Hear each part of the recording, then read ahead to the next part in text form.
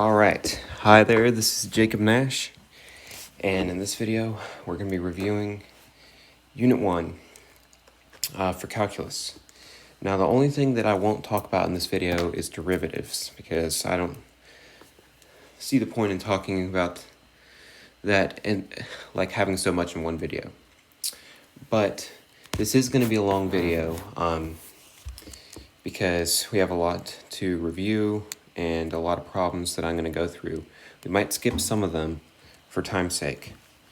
But another thing is that some of the problems in these videos, probably a lot of them, are commonly used in calculus classes for assignments. So I would encourage you to not use the answers for purposes of like cheating or anything like that, okay? This is just supposed to be meant for review, so that's my disclaimer. I said that, okay? The first thing that I want to do is, it's really important that we know what our graphs look like. So let's start out with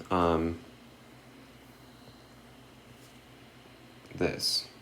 F of x equals x. How does that look? Well, hopefully you remember, it's just a linear line. It's just like that, you know? We know that without any transformations, just as x, it's going to have a slope of 1. It's going to go through the 0, 0 point. So pretty simple.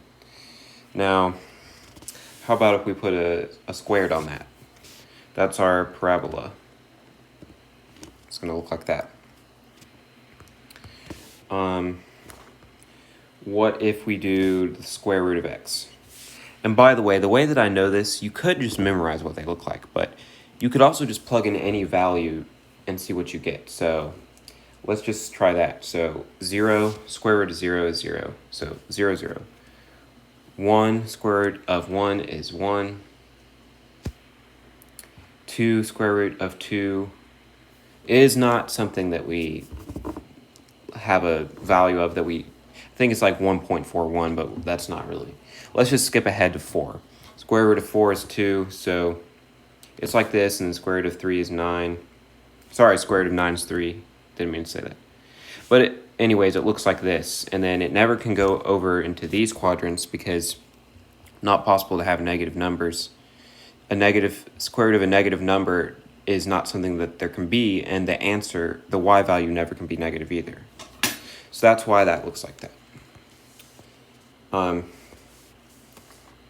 Next one that I want to do, I'm trying to go fast here so we don't take up too much time with this. Absolute value of x.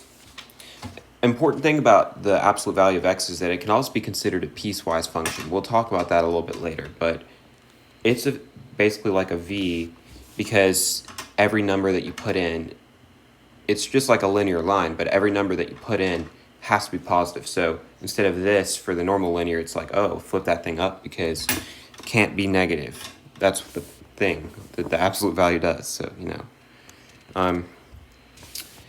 Now, how about x cubed?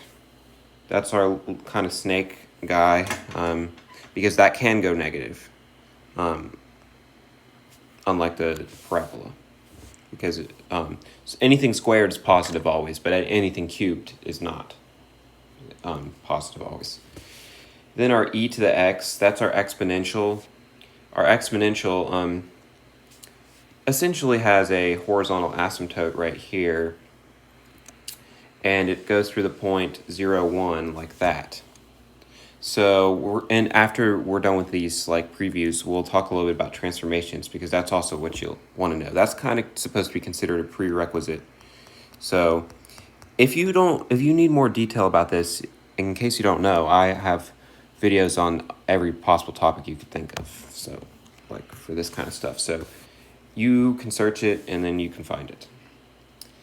The next one that we're going to do is our log function. That's kind of what we would consider the inverse function of exponential. Inverse just meaning it's like the y's and x's are opposite. So instead, we have a vertical asymptote there, and we have 1, 0 point like this. And the graph that looks like this is specifically the ln natural log. Like I said, if you need more detail on really what that means and stuff like that, yeah, you can find that. Here's one that you might not know, but you still should, because they like to just throw this in here. What about that? Well, this one's just kind of like this. It's basically it's got a vertical asymptote right there, and it's just kind of like similar to our rational function 1 over x, but it's just like that, which, I don't know why I already didn't do that one. Our rational function is going to look like this, our 1 over x. So now we're going to talk about, the other ones you'll want to know are your trig function graphs, and those you might not know yet. But they are a little bit different because the points that we use are basically kind of like if you remember the unit circle, but we're going to have to use, I usually like to do 4 points like this on each side, and you just have to remember these orders. We've got, we got pi over 2, we have pi, we have 3 pi over 2, we have 2 pi. And we have negative pi over 2, we have negative pi, negative 3 pi over 2, negative 2 pi. Bam. And our sine function is going to kind of be like this. We have to remember we have these trig functions the ones that are like this, like sine. By the way, I should say that's what I'm about to do. They stay between the y values of 1 and negative 1. So the sine one always ends up at the values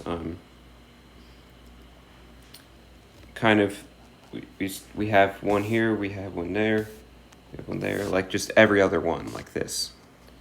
And it goes up to 1, down to 0, down to negative 1, back up to 0, up to 1, down to 0, down to negative 1, up to 0. That's how it is. So that's just something you'll want to know. Because, the most important thing to just know is that when sine of 0 is 0, that's probably the good thing to know. Sine of 0 is 0. Sine of pi is 0. Sine of 2 pi is 0. Now, how about cosine? Cosine is the exact same, but it's just shifted over. So you know how we had this, we just move that thing back a little bit. We go here, we go here, we go here, and we just essentially do this. We're like up here, down, down, up, down, down, up. And I know it looks kind of like, it's really supposed to be like curvy, like a wave, but main thing you want to know is cosine of 0 is 1. So that's just important to know. Okay, now we have, of course, what would you expect? Our tangent function. This one's different because we have a bunch of asymptotes, and the asymptotes, it goes through the same points as sine. So that's important to remember. It goes through the same points as sine at 0, but the difference is that the places where it doesn't go, we have asymptotes. So asymptote here, vertical asymptotes. So pretty much has an infinite number. And we just have things that kind of look like the cubic function that go like that through it. All these points like this. That's what the tangent. So tangent of 0 is 0. Now, unfortunately, you probably, let's see, I think there's a way to erase all on here. I have To be honest, I have not done a video like this since 2022, so kind of forgot how to do this. Oh, sorry. Well, whatever. So we have to also know the reciprocal, or the inverse functions of the trigonometric graphs. So the first one, what we had signed, the 1 over that is cosecant of x. Now, what the heck does that graph look like? Let's see here. So that graph, it looks a little bit strange. The best way to explain it, let's see. The best way to explain it, let me try to see here.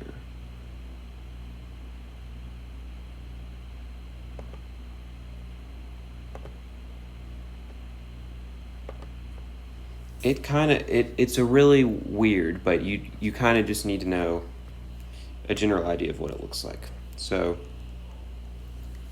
it's almost going to look like parabolas. So we can do the same 4 points again. I'm not going to label what they are, but just remember what they are. And we're going to have some asymptotes, horizontal asymptotes like we did before. Oh, well, I shouldn't really say that. It's not really considered horizontal asymptotes. We'll get to that later, kind of a lot later. But at 2 pi, well, at the point negative 2 pi 1, it's going to be like this.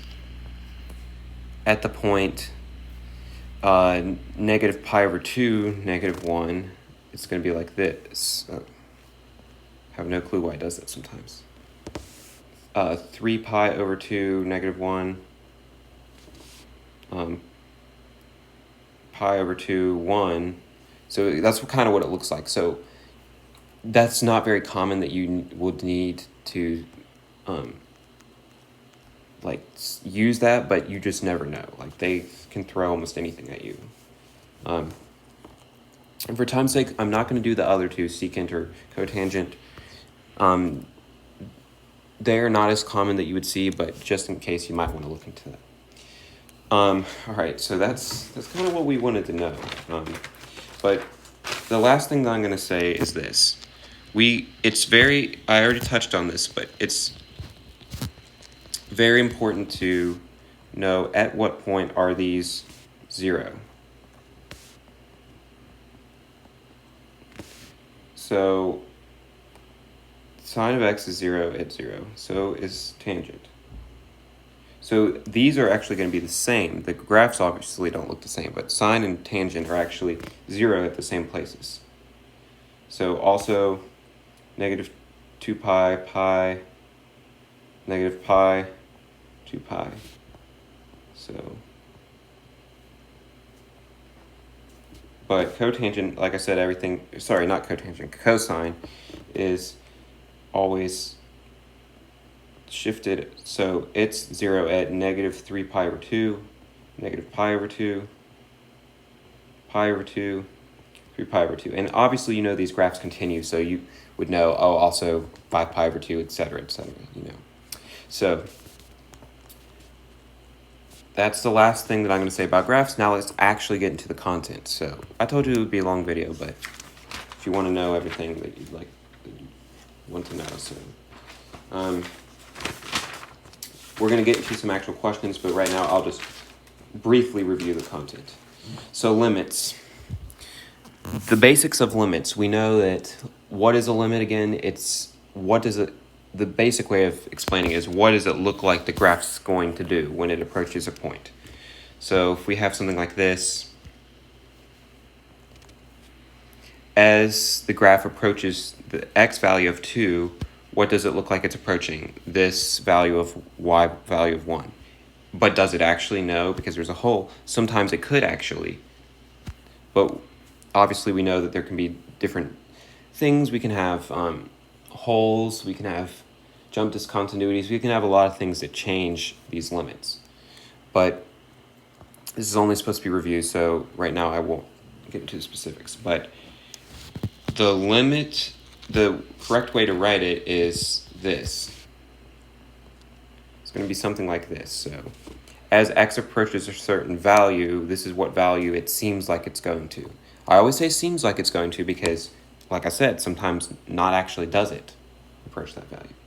And we know we can have the left-hand side or the right-hand side, and they have to equal each other for the actual thing to exist. When something doesn't exist, we always do this. If it didn't exist, we say it does not exist. We never put an equal sign here. That's important. We just do that. Now, what are the ways that we can find limits? Meaning if you had a question like this, and we're going to obviously see an example, but what would you do if you got a question like this? Well, obviously they would tell you by a graph or an equation what f of x is. So you can do 4 things. 5 things, actually, I should say. The first is plug it in. So the x value that it said, like in that example 2, you would plug that in to the equation and see what you get. Pretty easy, right? But you can only do that if it's a polynomial. And what is a polynomial again? It's basically, we're just going to say right now, anything that's not a rational function where something could equal 0 on the bottom, or anything you could take a square root of that you could get a negative number, or any other thing that could have a value that doesn't exist. That's what a polynomial is. So anything like that might not have a denominator or square root. That's the best way to say it right now in simpler terms. But if those things do happen, you'll have to do something else. So you would need to factor and cancel something out.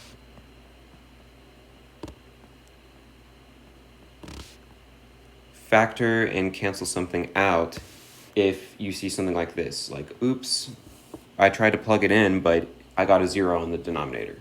Now I have to cancel something out. If you have a square root, you'll have to multiply by the conjugate. What does that mean? Well, if you have something like this,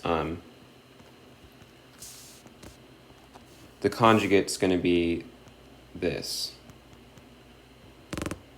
It's like the same thing, but the middle sign is changed. And you multiply that on the numerator and denominator. How does that work? Because what is this equivalent to? This right here. It's equivalent to 1, because anything divided by itself that's the same is 1. So if you multiply something by 1, it doesn't actually change the value of it. That's why we're able to do this. But why do we do this? That's because we are trying to make sure some dumb square root thing can cancel out, so we can actually plug it in.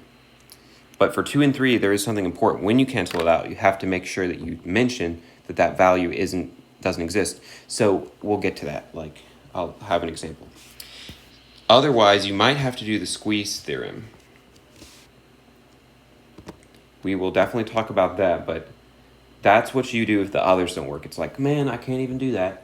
Like maybe there's a stupid trig function or something like that you don't know what to do. Like, I don't know sine of whatever. Like, or something like that. Like, you would do the squeeze theorem, and we'll show you how to do that. The last thing is infinite limits. If you have infinite limits, that's a whole nother thing, and we're going to talk about that. But that's just what you'll have to do if you're asked to find a limit. Now, limit laws. So the limit laws, we have, different things like the sum law, all the different laws that we learned, which basically just tells us that we can combine limits the same way that we would combine numbers and functions. Like, remember how you could have things like this, f of x plus g of x, like those dumb questions in algebra, you can do that the same with limits, and we will look at that. But the important thing for this is this. A limit of f of x or limit of g of x may not exist, but combining them in any way could. That's really important. So you might be tempted to be like, well, the limit of f of x doesn't exist, so the limit of f of x times g of x doesn't exist. Ooh, gotta be careful, because sometimes it could, and that's really important. That's why we do things the way we do, and we're going to see examples. So for infinite limits, we're going to talk a little bit about that right now. So if nothing cancels out, like, you know how I said for sometimes you might have to factor and cancel things out. Well, what if it doesn't, and something still could equal 0 in the denominator? In that case, you have to choose a value, like they like to say, arbitrarily close to whatever you're trying to find, and figure out, use that. So I'm going to do an example. How about this? The limit of x, or the limit as x approaches 7 from the left of, and I'm just going to already have it factored out just to save time, but you hopefully know how to factor. But what if we had something like this? Okay, well, here's a problem. What's our problem? This, because if we plug in 7 to that, we'll get 0, and something times 0 in the denominator will be 0. Denominator of 0, not good. We also can't cancel anything out. We also can't even use the squeeze theorem this time either, and, you know, I'll talk about what that is. But what the heck do I do? Well, we're going to separate this down here. We're going to be like this. And you're going to still need to write this always. Don't forget that. We'll have this, and we'll have it multiplied by this. Is this or is this not the same thing? It is. It's just written a little bit differently. So we didn't change anything. That's important. But we're going to plug in a value for x right here that is very close to 7, but not 7. Now, how do we know if we do 7.01 or 6.99? Well, since we're saying from the left, we're going to want to do a value that's slightly less than 7. So we could plug in 699. And what is going to be the result of this part right here? We'll get 1 over a number that is pretty small, right? A pretty small number. But it is a negative number too. But whenever we have something like this, we're just going to say negative infinity. If we have a number divided, because this is going to be a really big number, right? 1 divided by a really small number is a really big number. Think about it. 1/2 is bigger than 1/3, because the bigger the number in the denominator, the smaller it ends up being. Since this is a really small number, it's the opposite. It will be bigger, just like how 1/2 is bigger than 1/3. The 2 is smaller than 3, yet 1/2 is still bigger. And if it's 1 over a really big number that's negative, we're just going to say negative infinity. And then if we're still going to plug in 7 over here, after we do that, that's going to result in negative 9/2. We're going to multiply these two right here. Negative 9 over 2 times negative infinity. A negative times a negative is positive. Anything times a in infinity, I don't know, n in infinity, that's really hard to say. Anything times an infinity will equal an infinity. So we have an infinity, so the answer is either going to be negative or positive infinity. Since both are negative, negative times negative is positive, so this is our answer. So that's what you have to do for infinite limits. So that's a little bit tricky, right? You know, a little bit tricky. Okay. Now, piecewise functions. How about I will just go through that when we do an example. And we also have to remember which functions are continuous. We have things like this. Not continuous. Not continuous. Not continuous. actually yes and yes continuous, because it's continuous on its domain, and we'll look at that. We'll look at that. And we're gonna also look about how to make it continuous, and then the last thing we'll talk about is intermediate value theorem. Not so good, but whatever. Now let's actually get to some questions. Not going to do all of these because I think there's like 78. But, all right. Okay.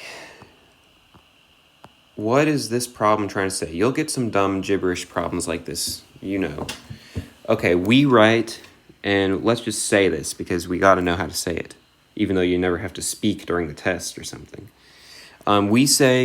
We write the limit of f of x as x approaches a equals L, and say the limit of f of x as x approaches a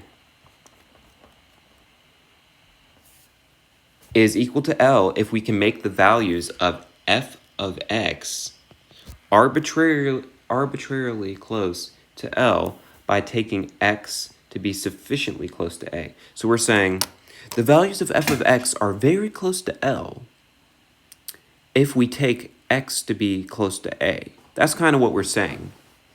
I mean, this is a really important concept, but arbitrarily, we're kind of going to be like, that's what we mean. Like, it's like close to it. We're like, it's not exactly what it is, because that's what a limit is. So that's the way that we would say that one, right? All right, here's a question.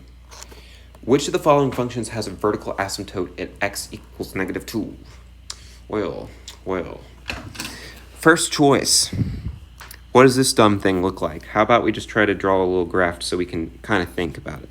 So piecewise function, we see that -3 is our value of difference. That's where the functions change. On the left side of it, oh no, it's for some reason written backwards, but where it's greater than -3, it's x squared. So we can just be like, okay. Or no, actually, no, sorry. We can be like this. Sorry, that's incorrect. I don't know, sorry. We can be like that, and there's no equals then sign, so we leave it open for now. On the left side, now it is have an equal sign, so we'll do that. It's going to look like 1 over x plus 2, but we don't even need to finish that. We can tell that it's not going to be an asymptote right there, so it's not that one. The second one, all right, we have our ln function transformations. I forgot to talk about that, but this is inside of things, whichever function it is, it's always left to right. Plus means it's actually left. It's the opposite of what you would think. Then this is up or down, negative means down. So we're going to be left 2, down 2. So right here. And that tells us where our asymptote moves to. And we're going to be like that, kind of roughly like that. Everything doesn't have to be exact in this class. When you're just working out the problems, you can just get an idea. X equals -2 asymptote. Okay, yeah, done. And it says select only one answer choice, don't have to worry about the other ones. Good. All right, what about this guy? Let f be a function defined on both sides of a, except at possibly a itself. Then the limit of f of x as x approaches a is infinity. Means that the values of f of x can be made arbitrarily large by taking x be sufficiently close to a, but not equal to a. This is the definition of an infinite limit. Based on the definition of an infinite limit, what can this be read or interpreted as? Check all that apply. All right. As f of x approaches infinity, x approaches a. Yeah, that's what it means. That's what an infinite limit is like. It's like, as x approaches a, the y values approach infinity. Yeah, that's what yeah. The limit of f of x as x approaches a is infinity. Yeah. That's what that says. As f of x becomes infinite as x approaches a. F of x becomes infinite as x approaches a. Pretty much saying the same thing as what the first thing said. f of x increases without bound, that also means the same thing. It's like without bound, ooh. So actually all. So remember, for these dumb questions, if it says check all that apply, only one could be right, or all could be right. That's something that I used to be like, they couldn't all be right. Only one of them couldn't be right, but you just never know. You never know. All right, let's look at this guy right here. You're going to need to interpret a graph and stuff like that. All right, let's see. What is the limit of f of x? 0 from the left. All right, here's 0 from the left. 4, yay. 0 from the right, -2. Limit of f of x does not exist. On something like this, you would want to say the reason why, and that is because of this. And I say you would want to, really, you have to. This is why. Sorry, this is messy, but it's because they don't equal each other. F of 0, what is the actual value there? It's filled in right here, so it's 4. What is the limit of f of x as it approaches 4? Well, it looks like both go down to negative infinity. In reality, we have to say it does not exist, because even if it is negative infinity, we could just say that, but we'll be like, but it doesn't exist. So it does the same thing on both sides, but technically that's not a real number, right? Okay. This is one I hate, you know. Suppose we know the following about the function y equals f of x. And I'm not going to say them, but you can see them right here. What must be true? X equals 5 is a vertical asymptote. Okay. That has to be true. The reason why is because I see this right here. That tells me that even though you might be like, oh, well, that must mean that it looks something like this. And once again, we're saying roughly. But it can have the point in the asymptote, but there still be an asymptote there for vertical asymptotes. So yeah, that has to be true because of this. There's no other way. X equals -2 is a vertical asymptote. We don't know that that's true because does not exist doesn't mean that there's vertical asymptote. There could just be things that look like this or something, you know. Limit of f of x is x approaches 5 does not exist. Yeah, because it doesn't do the same thing on both sides. Must be true. F of x from the right side must exist. Limit of f of x. No, that's not true necessarily either, because it's possible that there is a vertical asymptote there. I didn't choose that because it's not definitely true, but it's possible that there is one there. And if there is, one might go to negative or positive infinity. And I told you technically that doesn't mean exists. Now here's the same question saying what could be true, and that's just the other ones that we didn't say. They could be true. I already mentioned that. All right, graph this function. They just want you to know how to graph piecewise functions. So we're going to be like this. All right, I first always circle, what x values do we care about that where the function changes? 1 and 2. So 1 and 2, 1 and 2. The first part right here is going to be this function. Well, I at least know that there's a y-intercept of 1/2, so we'll say this is 1, so it goes right here. We'll see what happens when x is 1. When x is 1, that results in 0. So we know there's a point there, but let's leave it open because there's no equals then sign under that. And this is good enough if you do this. You just need to show like a couple points that are on it, but we can just be like, okay, this is 1/2. All right, the middle part is going to be a parabola. It's going to be a parabola that's upside down. Ugh. The heck? Ooh.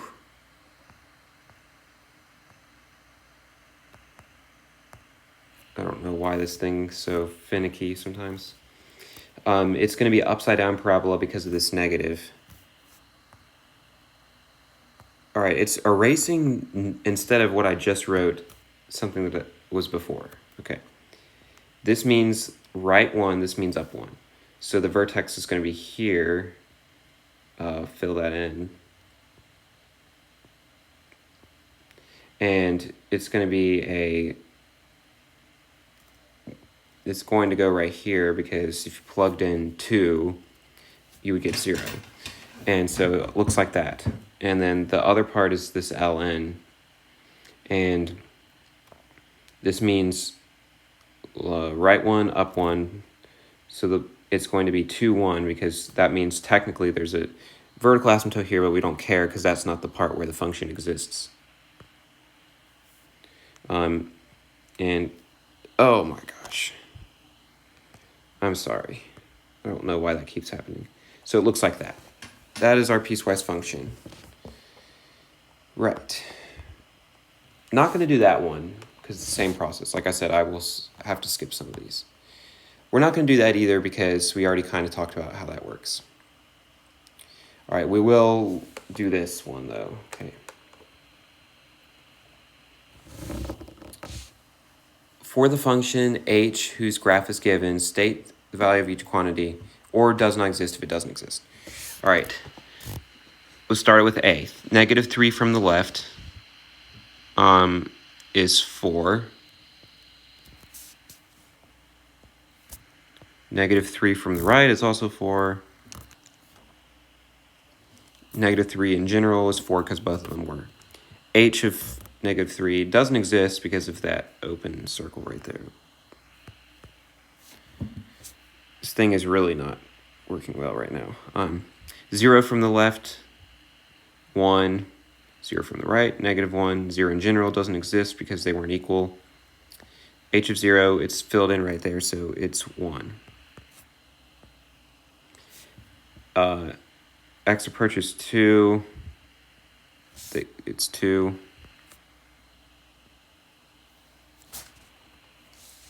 H of 2 doesn't exist because it's an open dot right there. 5 from the right. Okay, that's going to be 3. We see it's kind of wacky, but 3. And from the left, we're going to say it does not exist because look at that madness. Like, what the heck? Up, down, up, down, up, down. Hey, hey, hey. Does not exist. We don't, if we see some dumb thing like that, sorry, doesn't exist. Because it doesn't really actually approach a value, it appears. It just goes crazy. All right, how about this? Give a value where the we'll skip this one because that is kind of what we've already talked about. We don't want to keep doing the same things or it will just take forever to get through this video. Because this is number 12. I think there's like 78 problems. Can't do all of them. All right, let's see. Limit of f of x as x approaches -7. Right? We're going to say -infinity. And I know that I said before, like, that you sometimes would say does not exist right here. So that's kind of, sometimes depending on what professor you have, they might say does not exist, or you actually give the value. Right now we're just going to give the values because technically it does, that is where it goes, but it's not a real value. -3 will be positive infinity, 0 is positive infinity, 6 from the left is negative infinity, 6 from the right is positive infinity. Give the equations of the vertical asymptotes. That would be at all those spots that we just said. Got one here, we got one there, we got one there, we got one there. Hey! Oh, never mind. I thought it said the correct answer. It didn't. Determine the infinite limit. Whoa, ho, ho. What do we do? How do we know? How do we know? Well, for this one, remember what I said. You have to choose a value that's very close to it, but not actually it. But here's one kind of issue right here, is that we see that it doesn't say left or right, so how do we know to do 8.99 or 9.01? Well, you got to do both because of that. And for time's sake, I'm not actually going to solve it out. But remember the process that I did earlier in the video. Please refer to that. We're going to just basically plug in 8.99 and 9.01. And remember, 1 over a really small number like this, we're just going to say this would be infinity, and we're going to say this would be negative infinity. And remember, well, actually for this, there's not anything that you have to multiply by, but even this, so you might be like, what about 81? Same thing. Doesn't matter what's on the top. Anything divided by a really small number, we're just going to say is that. So in this case, both of them turn out to be infinity. If they were different, then we would have to say does not exist. That's not even an answer choice anyways. But this one, these are the same process. This one's a little bit like crazy. This is a little bit crazier because as you can see, like we have other things involved. But if you had something like this, let's say we had infinity minus, obviously infinity minus 0 is going to be infinity. Infinity minus 1, we're just going to say is infinity. We're not going to, infinity is such a big number that doing something like that to it is not going to change it. So that's something to keep in mind. Okay. Let's see this, true or false. For all functions f and g, if the limit of f of x does not exist and the limit of this doesn't, if the limit of both of them does not exist, then the limit of them multiplied doesn't exist. Remember what I said? This is false. So just because they don't exist, like either of them or both, the limit of them combined by a limit law could exist. That's really important. All right. All right, we're going to want to do this one. We haven't done one like this yet. So what do we do here? We see okay, as x approaches 2, f of x, the limit of f of x times, or plus 5 times them multiplied.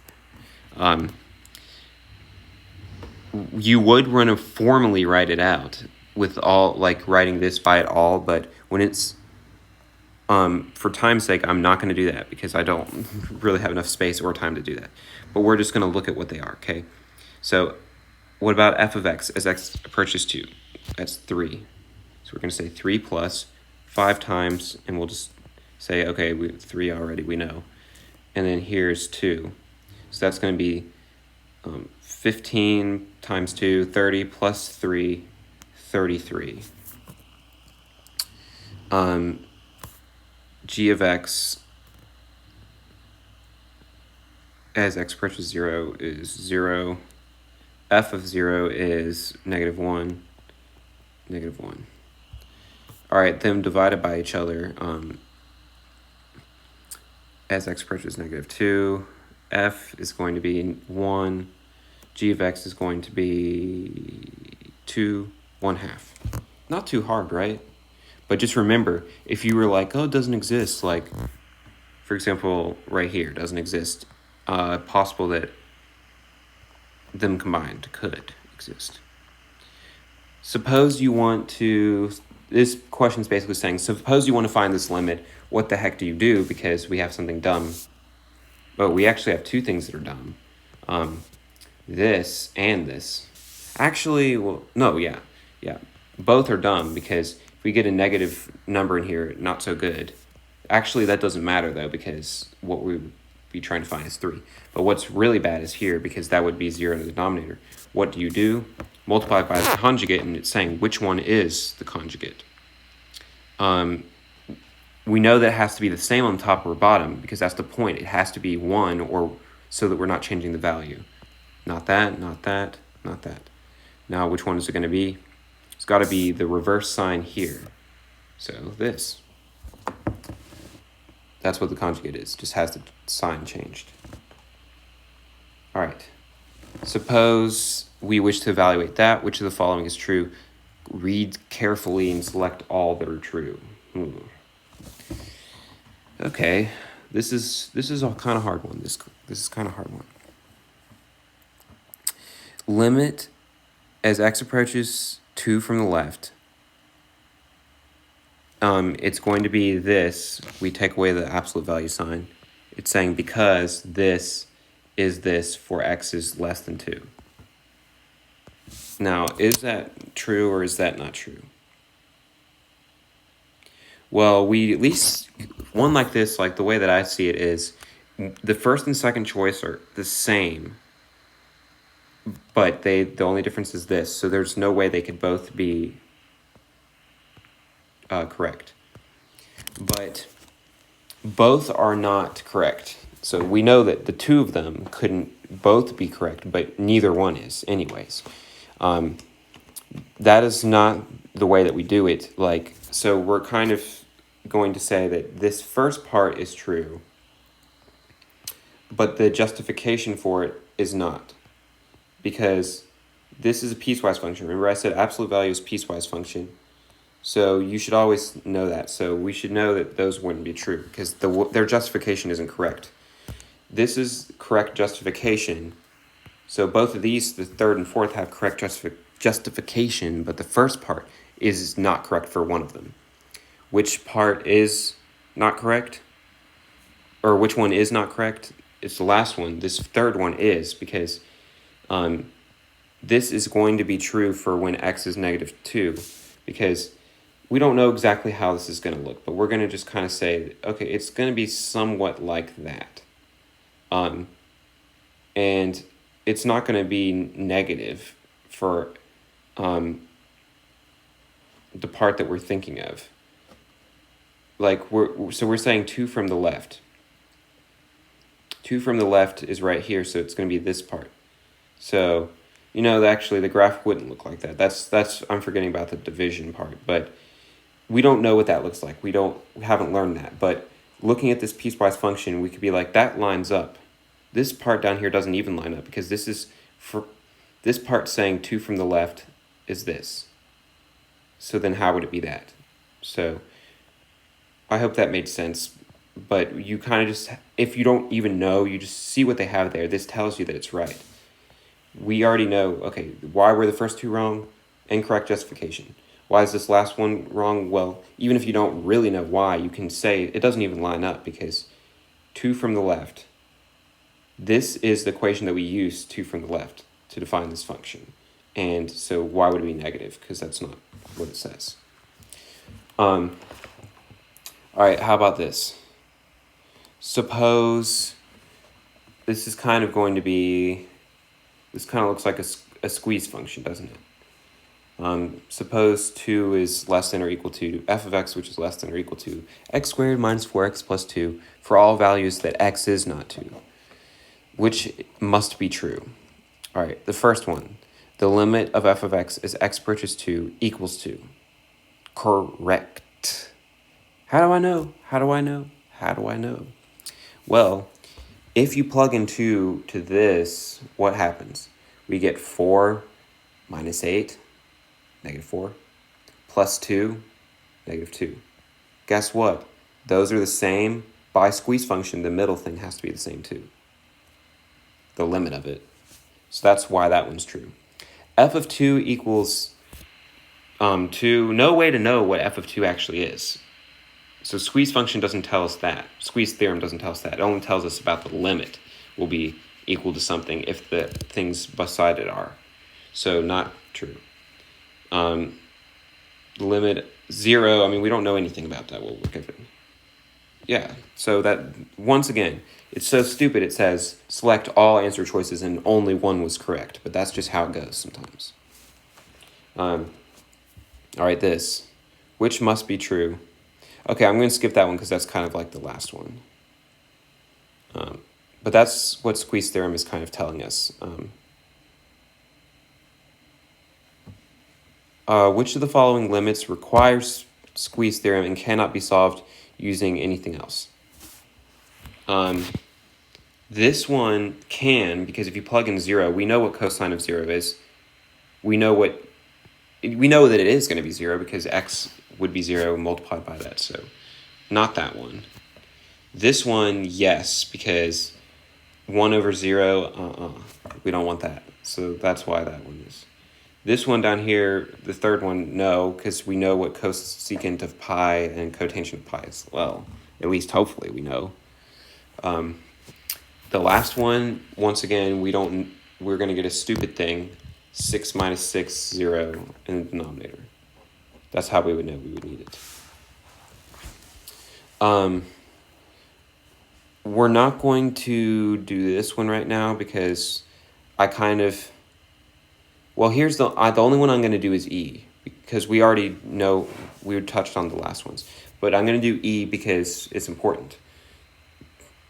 We're going to be like, okay, as x approaches 1, we're going to do G minus H. Divide by H. Does not exist because you can't do 2 divided by 0. So that's the only reason why I want to do that one. But the other ones are straightforward. You just do what it says. Same thing with these. It's kind of what we've already done. All right.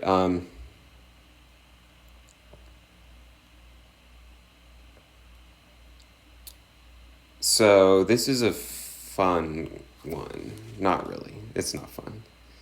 I think you can make this go away. Can you do that? Nope, you can't do that. You can't do that. Okay. All these years, my generous cousin lets me use his thing. Whoa. Yeah. Okay. We got to find t so that b of t exists. What do we do? Well, basically what this is saying is that we need to make b of t exist. Or it's not b of t exists, sorry. The limit exists, which kind of just is saying, we got to make sure that both of these are going to the same thing. And the way that you need to do that is to set them equal to each other. So we'd be like this.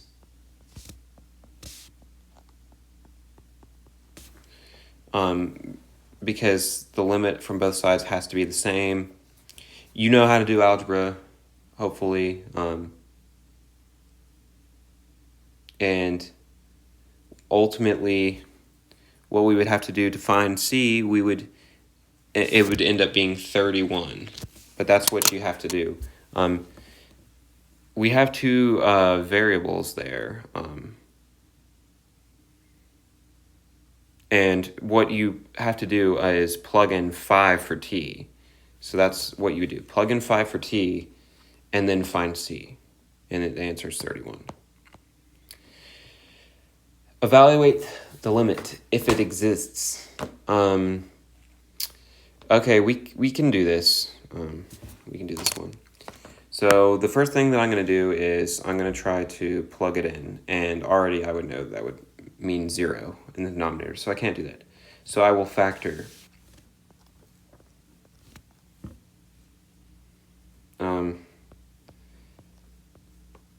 That's going to be, got a 5. We got a 2. We'll do a positive 2 so that it is negative 3 and minus 10. Yay, now the negative 5s can cancel out. However, and I made a big mistake here. You have to write limit every time. Sorry. Now we're going to write it again here. And that's going to be t plus 2. We have to say this. Not x, sorry.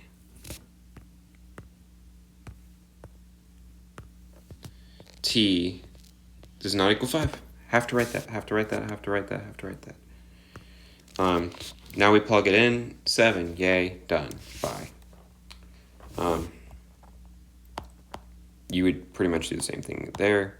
Let's do this one, so you can see how I do the conjugate ones. You have to multiply by the conjugate whenever you see a square root like that. Also, because we can see that that's actually the incorrect thing. Not just because there's a square root, because sometimes you could still do it. It's because we would get 0 in the denominator, but factoring is not an option. That's why we do it. So the conjugate is going to be the same thing on top and bottom, but you change the middle sign. Not the sign in the square root, the sign that's not in the square root. Now, what do we get? Gosh. Well, hopefully you know how to FOIL. We do the first, we do the outer, we do the inner, we do the last. The first, and what we really know is that these are going to always cancel out. So we really only need to do the first and the last to save time. That times itself is just going to end up like that. And then the last, -3 times 3 is going to be 9. And then that part, we only need to do this. Now this is going to be, and once again, forgot to write the limit. You got to write that. Not being a very good example here. Limit is h approaches 0. After this video has been on for like 30 minutes, I start not being able to talk correctly. Sorry about that. 9 minus 9, 0. These h's are going to cancel out as well. So we're going to be like this. Is that good? They cancel out? Yes, because no longer is that a problem. So we're actually going to be 9 minus 9, 0. H's cancel out. We don't have 0 up here. Just keep that in mind. We have 1 up here. We have to say this once again. Since we canceled something out, it's not just magically gone. We have to be like that. Now this, now we plug in 0. It's really just going to end up being this. -9, or square root of 9, 3. 3 plus 3, 6. Yay. Once you start plugging things in, then you don't have to write this anymore. 1/6, yay. Evaluate the limit, the limit. The thing about this part right here is that you have to do the left hand and the right hand side because of this, what is essentially a piecewise function. I'm not going to do that for time's sake, but you have to do one where it's positive, one where it's negative. If they equal, then it works, and the answer for this one happens to be 56. Okay. How about this one? Evaluate, or whatever, find the following limits. G of x, 1 from the left. What? Oh, never mind, sorry.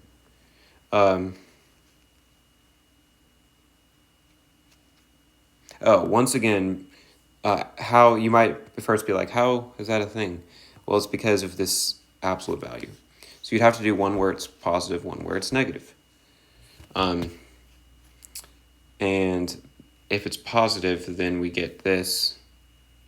If it's negative, then we get this. Does it exist? No, it doesn't if they're different. And then what does the graph look like? The graph would look like this one. Not this one. All right, sorry. Not that one. That's not even absolute value graph. What? Something is not correct. What?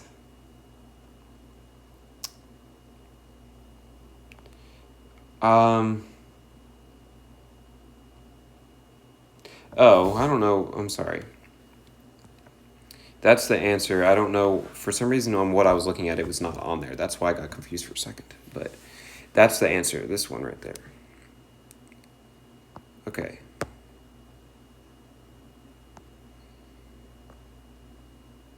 So this is a good one to go through. Evaluate each of the following.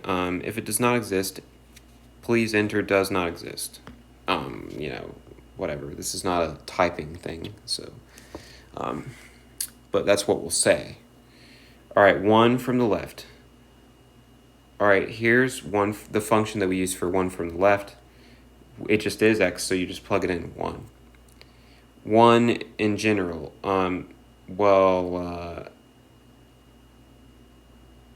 It also, No, sorry. This is the right side. This is what it actually equals. But this is from the right side. We would plug in 1. 1 squared, 1. 2 minus 1, 1. It's 1 from both sides, 1. G of 1, we're told that that's 4. 2 from the left. This is the one that we use for 2 from the left. We plug that in. 2 minus 2 squared is negative 2. 2 from the right, we will use this one. 2 minus 5, negative 3. And 2 in general does not exist. And what does the graph look like? We would just use what things we are given. And let's think about it, okay? 1 from the left, 1. Oh, it's so annoying, I can't really see all the choices, sorry. 1 from the left, 1. All right, all of them say that, so skip that part. 1 in general is 1. Well, this is not true for that. So we can eliminate that. G of 1 is 4. This one doesn't say that. Limit of limit of g of x is 2 from the left is negative 2. 2 from the left, negative 2. It's kind of hard to see, sorry. We're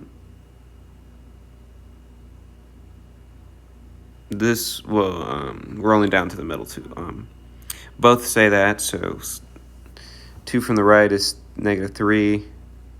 This one says that, so that's the answer. So that's kind of the way you have to do it. Okay. These ones are kind of weird, but here's something that you just have to memorize. Sine of x over x, sorry, is 1. So anytime you have something that is additionally added, so we see a 4 and a 3, you're just going to be like, that's 4/3. That's just what you have to do. But not only is that what you have to do, you also have to provide explanation for it if this was not just a multiple choice, which it's not a multiple choice, so you do. I'm going to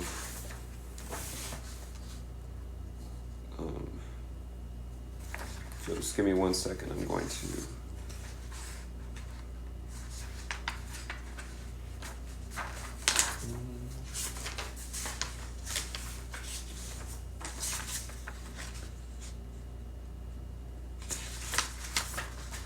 sorry.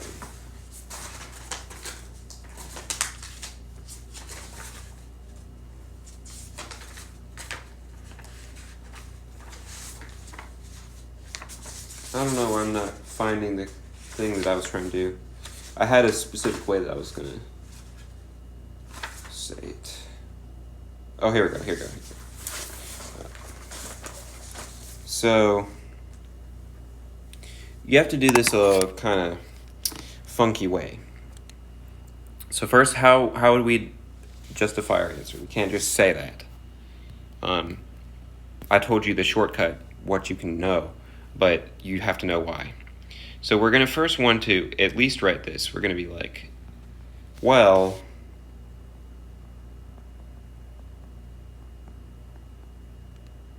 this is true. By the way, that's what I meant to write up here. So we have to tell them that we know that.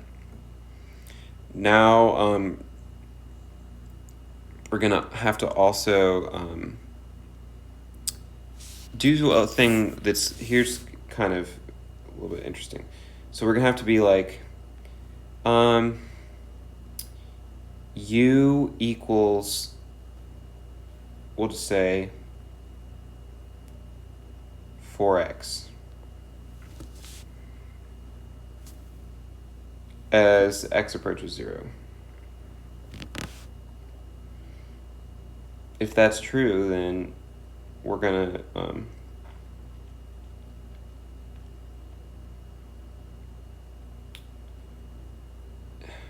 sorry, that's not the way.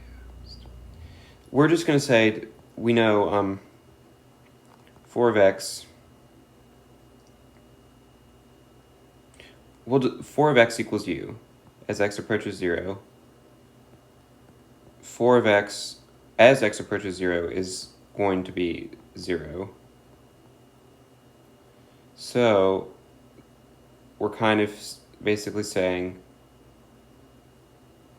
that it's going to be 0. It's kind of complicated, but we're by saying this, we're kind of saying that also as 4 of x approaches 0, it's going to be also 1 because of this. Since these are equivalent and we know that the limit of 4 of x as x approaches 0 is going to be 0, then if we're saying that u is 4 of x, that's kind of just the way that we have to say it. Instead of using 4x, we just will say u. So we're going to instead say this as u approaches 0, because we can't really just say 4x. And we're just going to plug this in here, sine of u over 3. We know that that is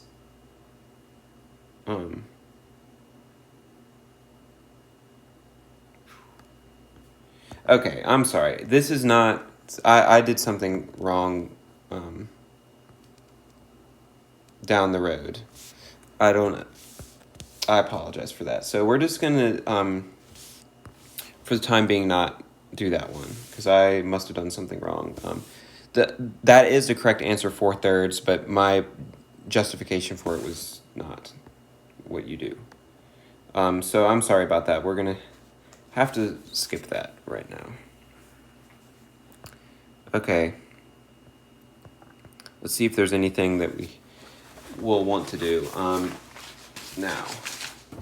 Okay, so we now are going to do a squeeze theorem problem. I'm sorry about that. I say this always in my videos, I'm not a certified teacher or anything. I'm just making these videos to try to help, but things like that do happen sometimes to me, so I'm sorry about that, but I don't want to say the wrong thing, so that's why we moved on. Evaluate the limit if it exists.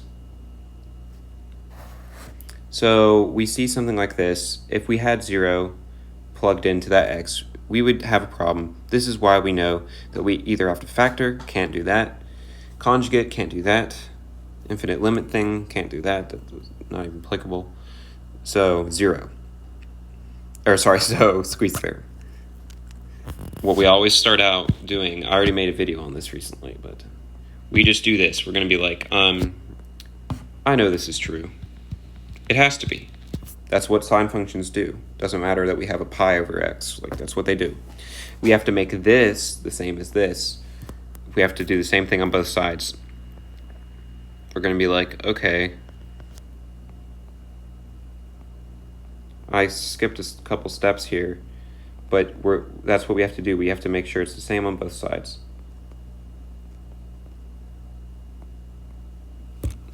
Now, we have to find the limit of this, the limit of that. If they're the same, then that's what the limit is of this.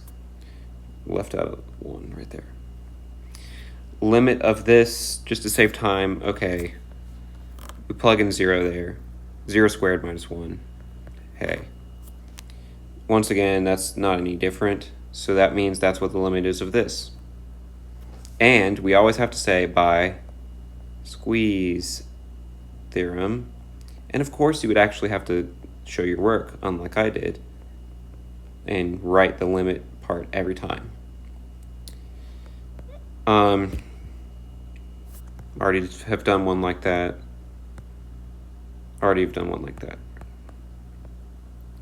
All right, these are ones that are good where you don't actually have to do any math, but you still just need to know this, okay? So, which of the following functions are always continuous? Always continuous. What do we mean by that? So we're saying always continuous. There's no thing that happens where they don't exist from negative infinity to positive infinity. Root functions, no, we know they're like that. Like, yeah, they don't exist everywhere. Polynomials, yes, they always do. Trigonometric functions, no. Think about tangent. There's asymptotes, so no. Exponential, yeah, it does always exist. It's like that on the domain, or continuous from at that point. Logarithmic, no, we know that doesn't. Rational, no. So, because some don't, if it's like the 1 over x, doesn't exist at 0.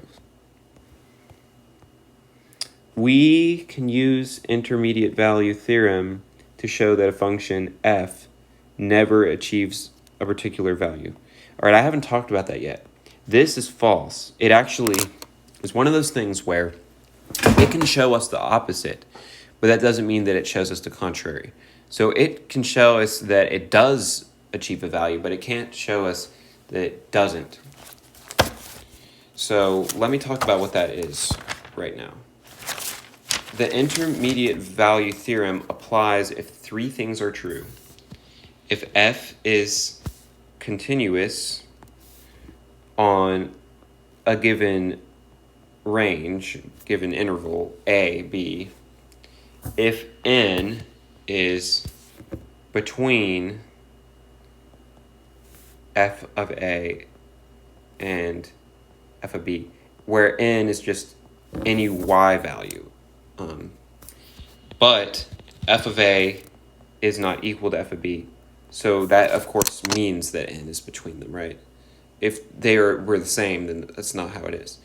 And if all 3 are true, then c is between c, which is just a random x value, is between the x values a and b, and f of c is n. So it's saying the y value of c is n. So there basically is a point Cn that is between a and b if f is continuous between a and b, and f of b and a and b are not equal and n is between them. So that's kind of what we're saying. It's like a weird sort of thing. It's one of those things where it's like, it seems obvious, but it's just like a theorem that helps us know, like, does this point exist? So that's why this question is false, because it doesn't tell us the opposite. That's not how theorems work. They don't, just because something is true doesn't mean the opposite isn't true. You always have to say by intermediate value theorem in the problem. And I'm pretty sure we're going to have one here soon, but not yet. Which of the following are continuous on their domains for these? Well, that doesn't mean the same as what the other question was saying. All are continuous on their domains. So what would a function mean if it wasn't continuous on its domain? It would mean it was something like this. Something like that, you know? Something wacky like that. Whatever, like just something weird. But all of these are continuous on their domains. So that's important to differentiate.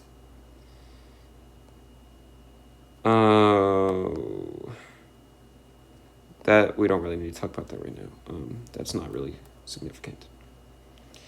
Okay.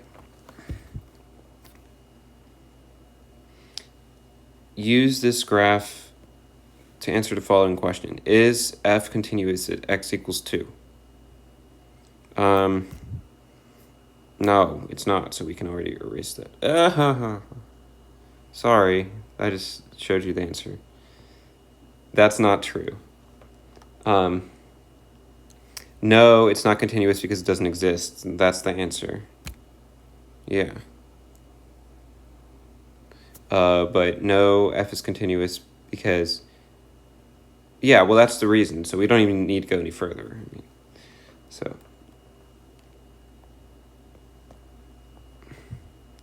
Is f continuous at x equals -1? I love how it like slightly bolds the one that's correct, so you can tell what the answer is before I say. It's because this is a screenshot. No, it's not. Same thing. No, it's not continuous because it doesn't exist. Look right here. Doesn't exist. Limit doesn't exist. Is g continuous at x equals 3? No. Reason being that it doesn't have anything from the right side. Oh yeah, here's what we really, what's good to know. Okay. It's kind of hard for me to do these videos that are this long. I'm just going to be honest. By intermediate value theorem, the equation x cubed minus 5x minus 10 has a solution on which of the following intervals? Well, what does that mean? Well, that goes back to like algebra 1 or something. A solution, they are just being stupid and kind of just being like x-intercept. And that's what that means. So you might just be like, how do I know if it has x-intercept? Well, at an x-intercept, y equals 0, right? Yes, that's what it is. That's what x-intercept is. So we have to plug in both values in all of those sets, and if the first is negative and the second is positive, we'll know in between that interval 0 must have been the case. That's what intermediate value theorem is in effect. So I'll say that again. I'll just go ahead and say this is the answer, and it's the only one that's the answer. But we're going to see why. So we're going to plug in these values.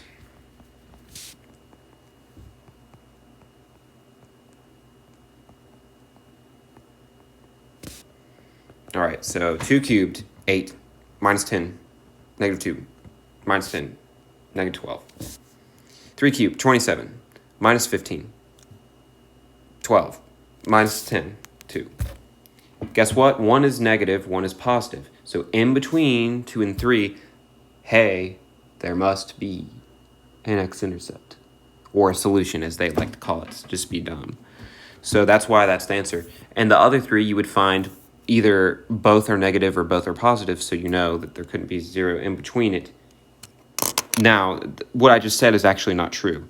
0 could be between it, but using intermediate value theorem, we can't say that it is. And once again, how do we know that? Well, the 3 things, is f continuous between these two values, 2 and 3? Has to be, because it's polynomial. Next, n is between those. Solution, yeah, has to be. And they're not equal to each other. Yeah, negative 12 is not equal to 2. So that's why we could use that. All right, I guess this one is a pretty good one. Which of the following are continuous functions in terms of words? That's kind of good. We haven't done one like this. The temperature at a specific location as a function of time. Is that continuous? Now, there are 3 things that have to be true to make something continuous. The first is f of a must exist. So we're kind of just saying like a given f of a would exist. The limit exists, and then they're equal to each other at all points. So we're kind of just saying it goes to a value at every point, and there's no jump discontinuities, holes, or dumb things. Temperature, there never can be something like that. Like, think about it. It could never just be like 37 and then, negative 12. Like, no. So that's why this is continuous. Temperature at a specific location, what the heck? Same thing. I don't know. That doesn't matter that it says something slightly different. The altitude above sea level, no, not necessarily, because we have things like cliffs. So it could be like elevation of 595 and then all of a sudden 200. Cost of a taxi ride as a function of distance traveled. Well, what if you like spill coffee on the seat? It'll be like plus $30. Ah. That's not continuous, right? He would just do something like that, jump discontinuity, the taxi driver. a current in the circuit of lights, no, that's not continuous because the current isn't, you can turn on and off a light. So that's kind of in, yeah, you know. Ooh.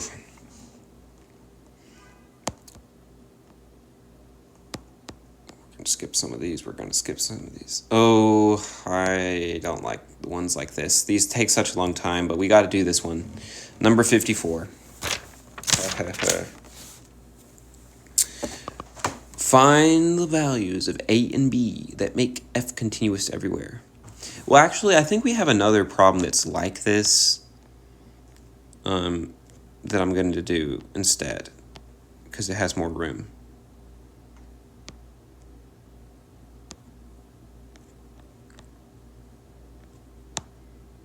Oh, wait a second. Hang on.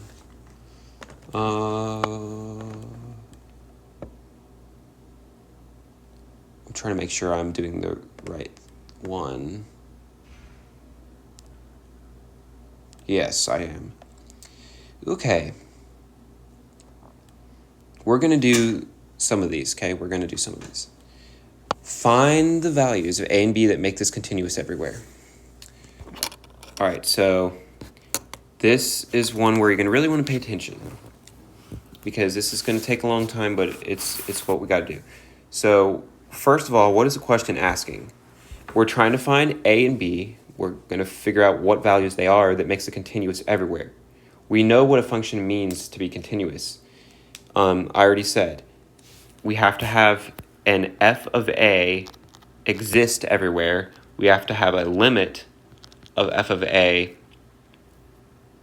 as x approaches A exist everywhere, and we have to have these equal each other everywhere. Those are the three things that we need. So we're kind of just saying there has to be a y value that exists everywhere for every x value. There has to be a limit that exists, so same on both sides for all. And that both always have to be equal to each other, so no holes, jump discontinuities, you know.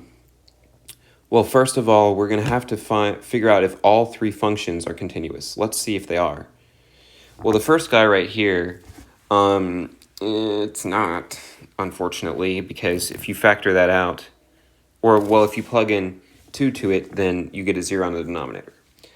So it's not continuous everywhere, but the only part where it applies is where x is less than 2, not where x is 2. So that doesn't matter. So we're going to say this. It is continuous when x is less than 2. Yay. That's what we care about only. So what about this one and this one? Oh, well, they have to be because they're polynomials. So we're going to say both ax squared minus bx plus 3 and 2x minus a plus b are continuous because they are polynomials. Sorry for the messy handwriting. So you would have to write that. I'm going to erase it now because I have to have enough space. Now what we need to do is basically make sure there's no gaps between them. So we're going to set those equal to each other and those two. The limits of them equal to each other. So we're going to first do the first two. So we're going to be like, let me just zoom in. We're going to be like, okay, the limit as x approaches 2 from the left. Why? Because 2 and 3 are the only values we care about. They're the only thing where there's a new function change. And we just have to make sure that they connect.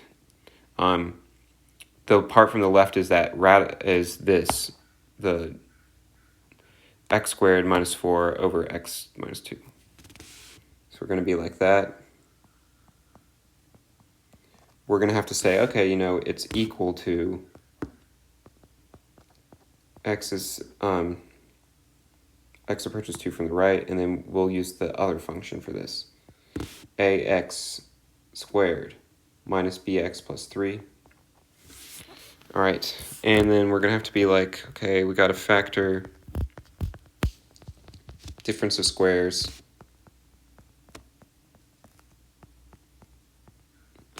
Just pretend like I wrote the same thing there again, because I'm not writing it right now. You would definitely have to on a test.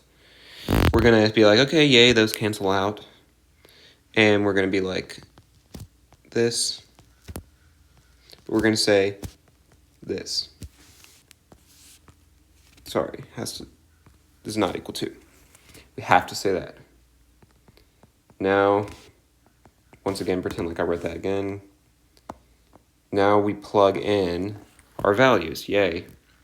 2 plus 2, 4. And then we have, remember, the ax squared plus bx. Sorry, minus bx plus 3. We plug in 2 for x. So this is going to be 2 right here, 2 right here. So that's going to be 4a minus 2b plus 3 equals 4. And what we're going to want to do, we're going to eventually need to do a system of equations because a and b, we have 2 variables. So we're going to have to make it to where everything, the variable's on one side and the number on the other. So we're going to do 4a minus 2b equals 1. That's only that part right there. Now we have to set the second and third equal to each other for the 3 part. So limit of, we'll just say ax squared minus bx plus 3 as x purchased 3 from the left equals limit of this time this, because that's where 3 is from the right. That's what function it is. Now, you might be like, what do I do? Oh, don't have to do anything. You can just plug it in because polynomials. So when you do, you would get 9a when we're plugging in for x. Minus 3b plus 3. That would be 6 minus a plus b. Once again, a and b on the same side, the number on the other for a system of equations. So we'll get the a's on both sides, so that's going to be 10a, b's on both sides, minus 4b. Move that 3 over to the other side, 3. If you don't have very good algebra skills, you might want to review that, but I just subtract or add to go to the other side. So we have these 2 equations now that are system equations, and now we can find the values of a and b. And I'll just do elimination for this situation. I think elimination is kind of easier than substitution for problems like this. So I'll just be like this. Actually, you know what? I'll just write it the way that it is, okay? 10a minus 4b equals 3. 4a minus 2b equals 1. All right. Let's just say, let's just make the a's cancel out. So we'll do 4 times 4 times 10. No, that wouldn't make them cancel out because you have to have an 1 be negative. So I'll just do that. Right. Yeah. Okay, so we have 40a minus 16b equals 12. We have a negative 40a plus 20b equals negative 10. Cancels out. Negative 4b equals 2. Negative 2. Wait a second. Negative 2.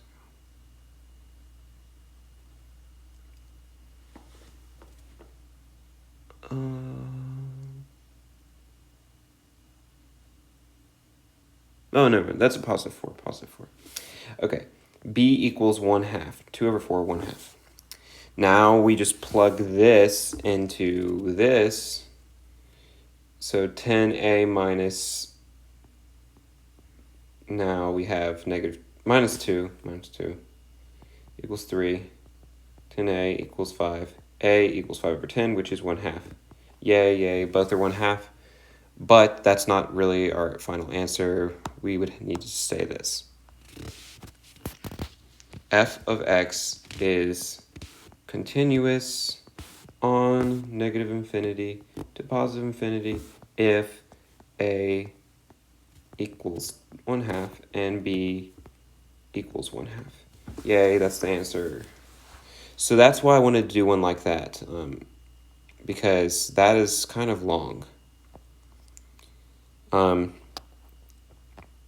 Now we're going to do this one. We have 2 more ones that I'll do that are long, and then we're almost done with the video. But, I'm sorry, there's just a lot of things we have to cover. Someone made it up. I don't know what that means. I don't know why it says that, sorry. Okay, so word problem. We're going to want to highlight some things. That's always good to do. The amount of money in millions that Leibniz Auto makes from selling cars after T years, so I'll just highlight that T means years, is given by the revenue equation, and that's for T above 0. The cost is this. The company makes profit when revenue exceeds cost. Yay. Hopefully anyone would know that. Revenue more than cost, profit. The equation for profit would be that. That makes sense. You would do the revenue equation minus the C, the cost equation. And we are saying use a theorem to show that the company must break even in the first 2 years. Now what do we do here? And it's saying break-even point is when revenue equals cost. So if revenue equals cost, what does that mean for profit? That's 0, right? So the break-even point is where P of x equals 0.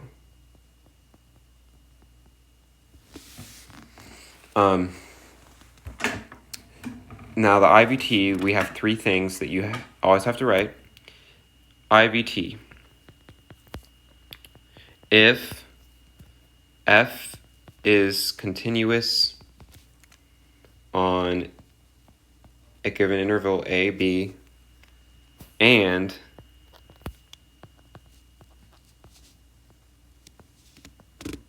we can just say this, and f of a does not equal f of b, then,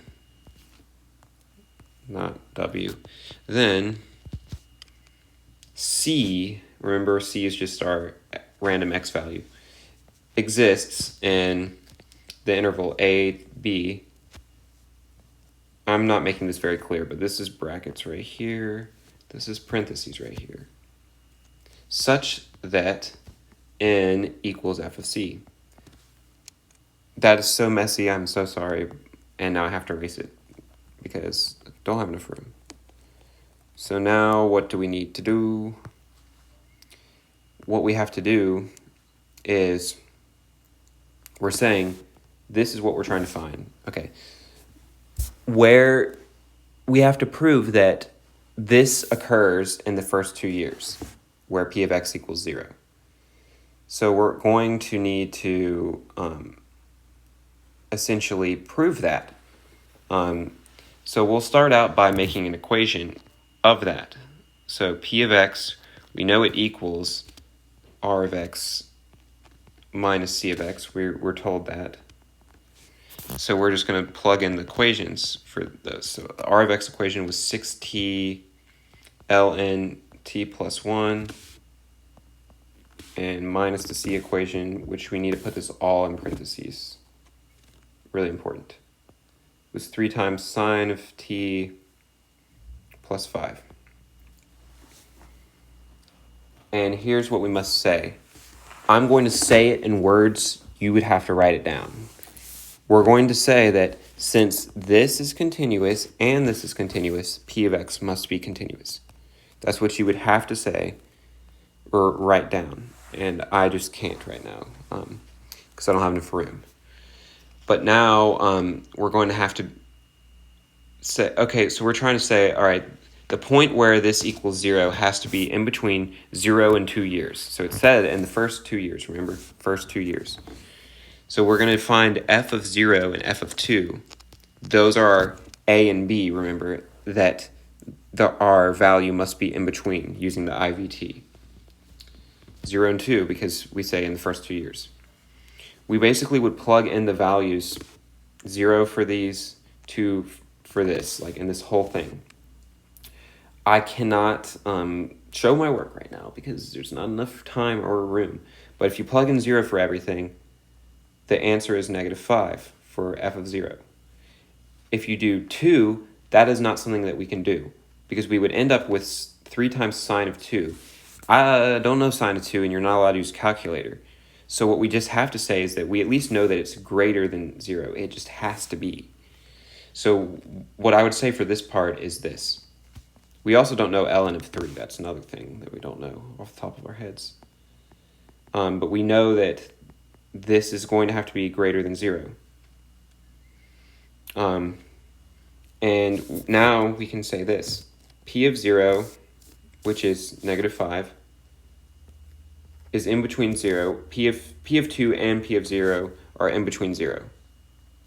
And this is the point where it's the break-even point. Remember, where P of x equals 0. So since, and I hope this is making sense because I'm trying to go through this fast because it's supposed to be review, but therefore, by IVT, there exists a number C, we'll just call it C like we have been, in the interval 0, 2, such that f of C equals 0. So we're basically saying, look, our break-even point has to be in the first 2 years because 0 years, it's -5. 2 years, we don't know what it is, but we know that it's greater than 0, so we must have passed the break-even point after 2 years. And since that's the case, it has to be in between those. That's what the IVT is saying. So it's actually a really simple thing with just a lot of stuff that we have to write, but it's actually a simple thing, okay? That's basically what we're saying. Hey, look, 0 years, -5. 2 years, greater than 0. So 0 must be in between those two values, right? And 0 is where the break-even point is. All right, now we're going to do this one. That is not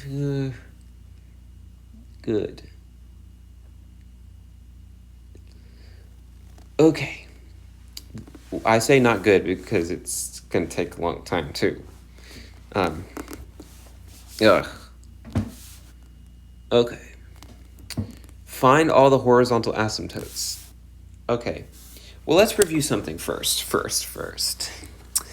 Here's what we'll review. Do you remember back, well, probably not because you might not have been watching my videos for this long, but back in my Algebra 2 videos, I said that, you have exponents, let's just say, we'll have something like this, okay?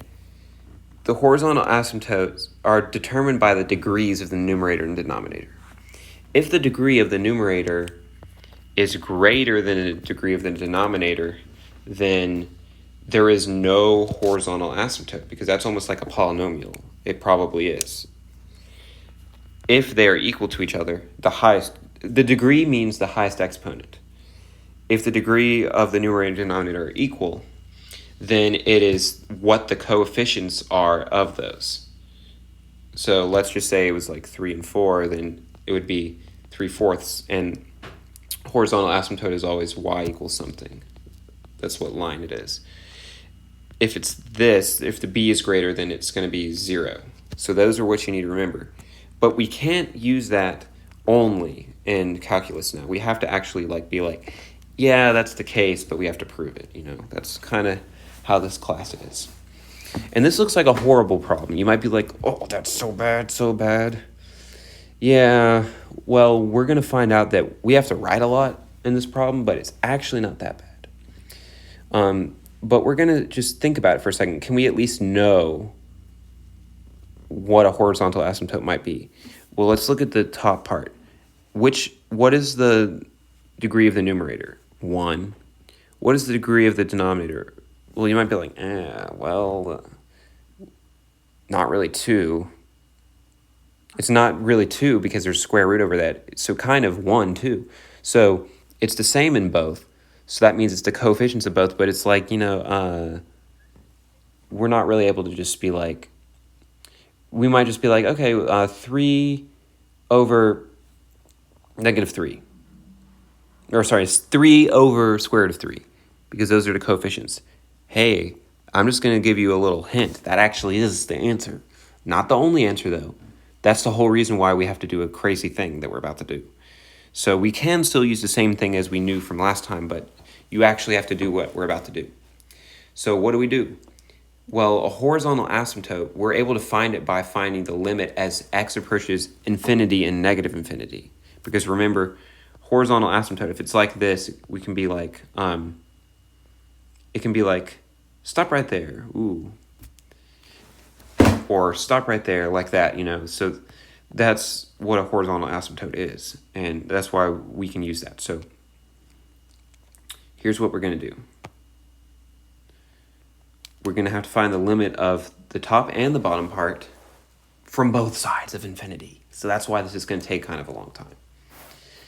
But we're going to have to establish this in this problem and any problem like it. The square root of x squared, you might in the past have just been like, it's x. It actually is positive or negative x. I think I've said that before. But another way we can also say that is this. And this is the reason why we have to do it from both sides, because it's not going to be the same from both sides per se. That's why. So that's something we got to remember. So we'll start out with the left side, and we're going to start out with the top part. So top, negative infinity. So we're going to have to do 4 different things. This is the first. So we'll do negative infinity. We're going to be like this. Okay. What do we do now? You might be like, okay, how can I really plug in infinity for x? That's not really going to be good. Like, that's not what we do. Here's what you do for all problems like this. You multiply it by something that's kind of similar to conjugate. Like, it's something that's the same on the numerator and denominator. We're multiplying by 1. But what we have to do is the 1 over, it's always going to be like that. 1 over something. 1 over the highest exponent in the denominator. Highest exponent in the denominator. 1 over the highest exponent in the denominator. Always, always, always. Highest exponent in the denominator, well, once again, that's where it gets kind of like a gray area. It's like, well, I see a 2. So, well, this is all we have to do, okay? When it's a square root like that, you can be like, that's fine. We'll just say this. That's what you do for square root 1. All right, now, you might be like, I don't know what happens when you do that. Well, here's what happens. We'll always write this, of course. But we're going to have our big division part right here, big. And then we have 2 mini divisions right here. We're going to be like 3x minus 1 divided by the square root of x squared. And here's our second mini division. So we're going to actually separate the mini divisions because we have 2 parts on both the numerator and denominator. So you'll see what I mean. So we're going to be like this. We'll just create 4 different other divisions. On the bottom of all, it's going to be this, because that's what we're dividing by. That's what 1 over something would mean. On the top, we just replace each of the 4 parts. So we have a 3x. We have a negative 1. So we'll just put a minus here and then 1. We have a negative, or sorry, not negative. Square root of 3x squared.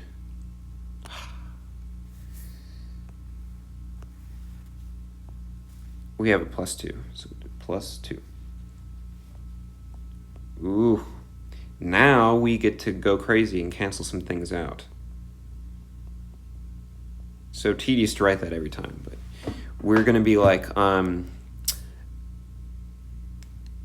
okay, well, we already established before the square root of x squared is absolute value of x. So we're just going to think if we're going from the left, it's going to have to be negative x.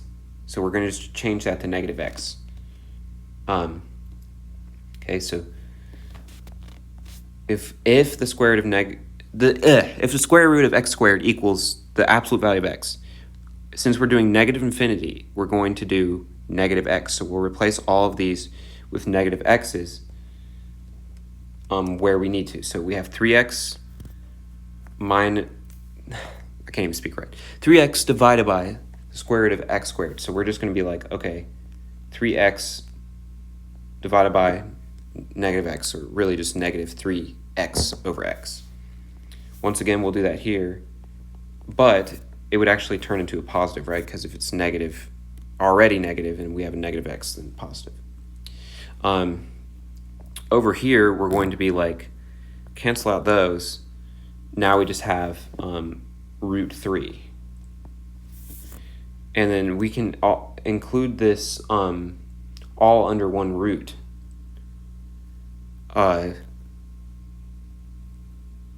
Yeah. That's what I should have done in the first place, sorry. All under one root. And we're going to be like, we don't have to change anything there. So that's the point of why we just didn't do that in the first place, because for some places we still want it to be that. I know this might seem kind of like crazy, but this is supposed to be review, so that's why I'm not going into so much detail. Now we can plug in infinity to all of these, where x is. So I'm just going to write over this right now, because I just don't feel like, and it's going to be negative infinity too. Because I just don't feel like doing that. There are some rules that I haven't explained that you have to know that are true, like, and you'll see what I do. So 3 times negative infinity. No, never. These negative infinities, they cancel out. So we just have negative 3 right here. So negative 3. 1 over infinity, negative infinity, that's actually going to be 0.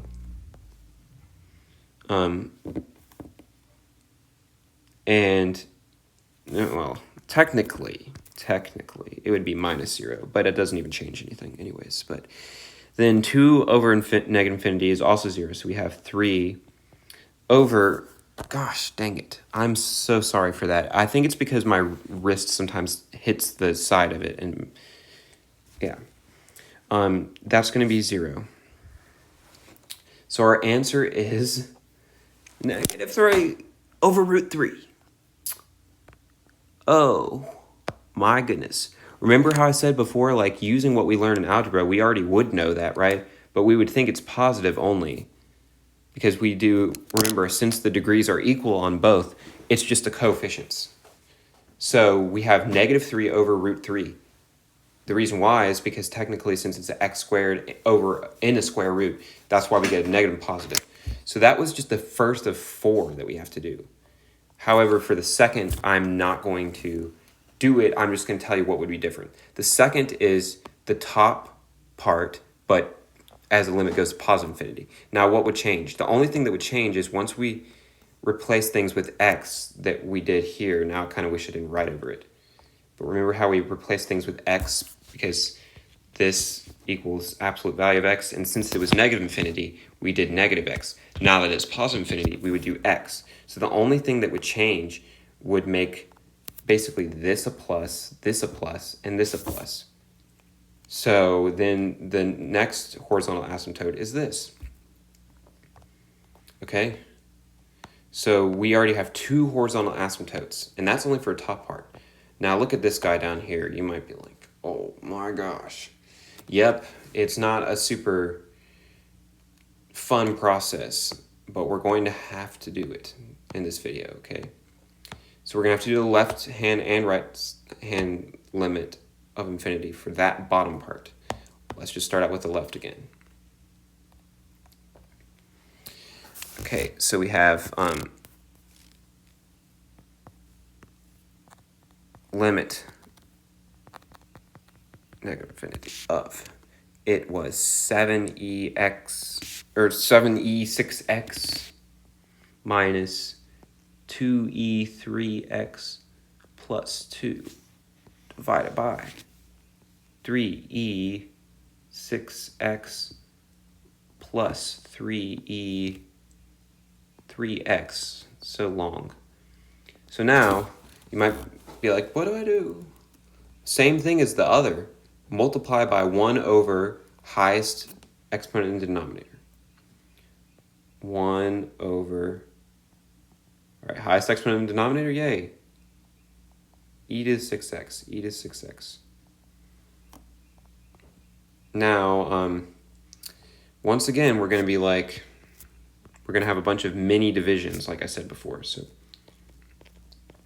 limit x approaches negative infinity is what we were doing. So we have our big division. And since there's 3 terms in all, we see 1, 2, 3, 1, 2, 3, divided by this, divided by this. We'll just be like 1, 2, 3, 1, 2, 3, positive, or negative, positive, positive, negative, negative, positive, positive, negative. All are going to be divided by the same freaking thing. And once again, why are we able to do this? Because this equals 1, and so we're multiplying by 1, which we're able to do. And all we have to do is write this, repeat what we see. It looks so horrible, but have I really done anything complicated? No, I'm just kind of changing the way it looks. 1, I'll just write 1. Move that thing down. Now we're able to cancel some things out, yay.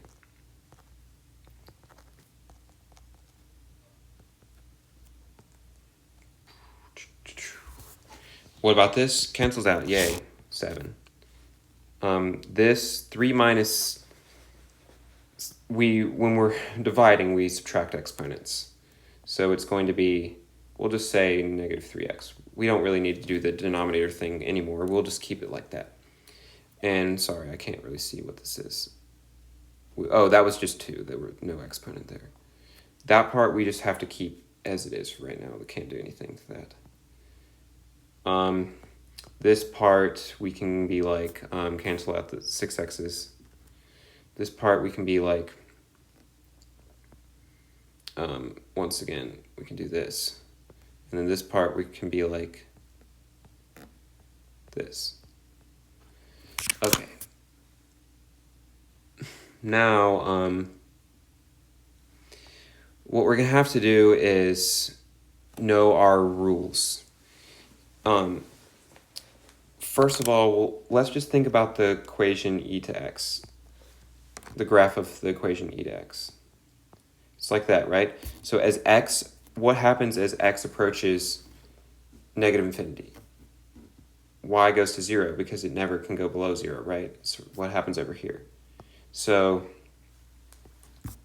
we know that e to negative infinity equals 0.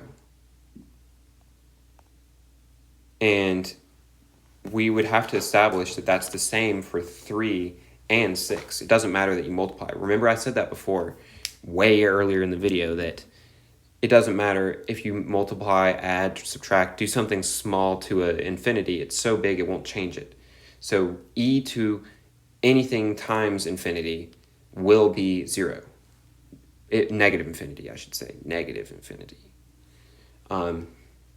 So as a result, this is going to be 0. You would have to show your work, of course, but I don't have time. Like, I just can't take forever. But this is going to be 0, 0, 0, 0, all of those. Because if you plug in negative infinity, that makes it 0. And multiply by 2 or 3, doesn't matter. So this is our answer right here. And wouldn't you guess, if you do it for positive infinity, it's actually the same.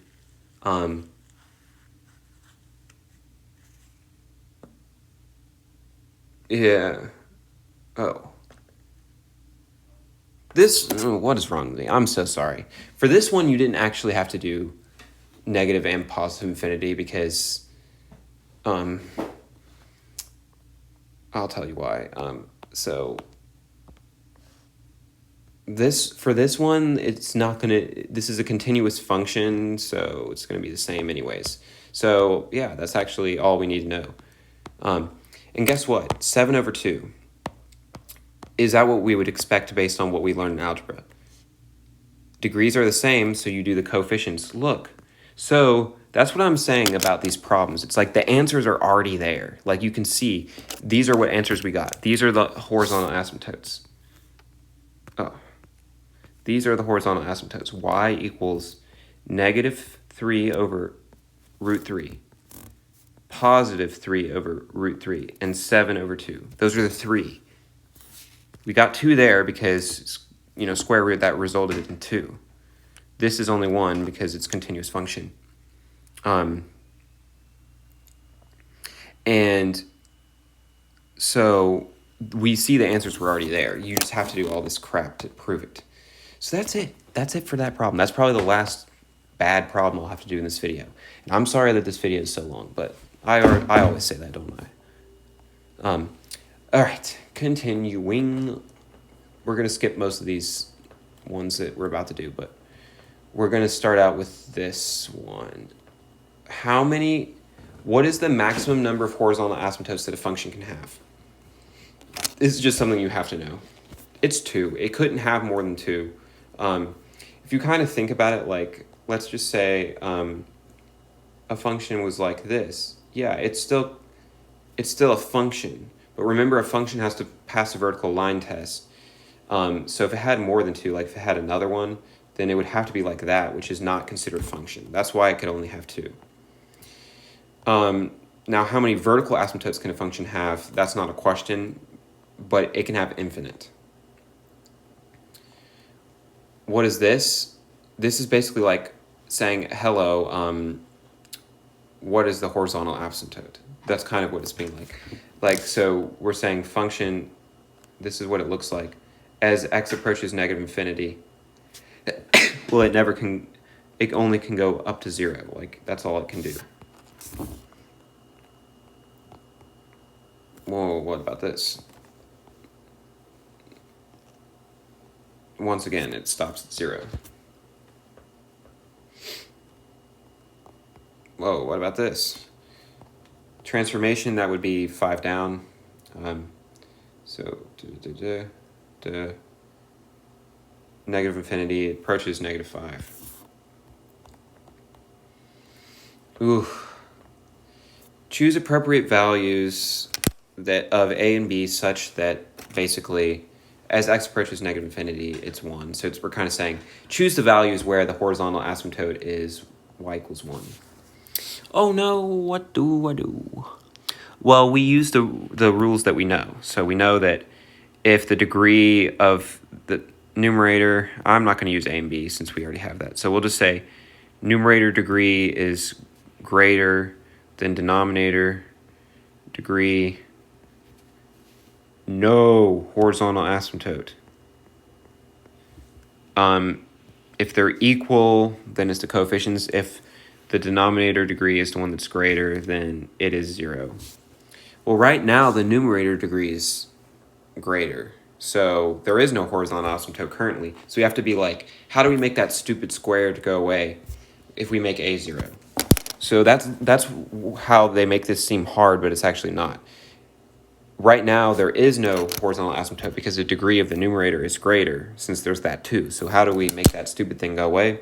We'd be like, we say 0, a 0, a x squared 0. Now we have to be like, all right, goodbye, hello, goodbye. Now, b, what do? We say, now we're up to the coefficients. We want the coefficients to be equal, so 1, 1, 1, 1, 1. Because then that would be 1 divided by 1, which is 1. Hey, yay. Not that hard. This one, kind of hard. Well, no, not really, but kind of. All right, what about right here? Is the numerator coefficient greater this time? No, because if you multiply these, then it's the same. So we have to be like, let's do that. And so messy, I'm so sorry. X times x, x squared. Minus 4x plus 2x minus 2x minus 8. So if we want the horizontal asymptote to be 7/3, oh no, we'll start out, no, that's not it, sorry, that's something else. We'll get to that. Right now, we want the horizontal asymptote to be 2. So that means we want the coefficients to be 2. So we have to say that A must be 2 because since they're equal, we would use the coefficients. If we make A 2, then the horizontal asymptote is 2, y equals 2, because now the coefficients divided by each other are 2. Now what about B? Well, now that we know A, we can solve for B.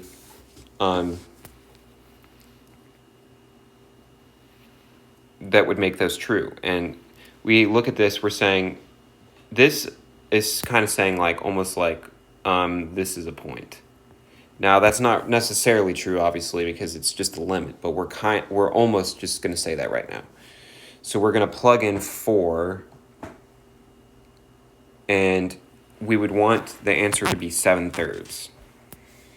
And this is where it gets a little bit funky, and I'm going to look at this great way that I solved this earlier.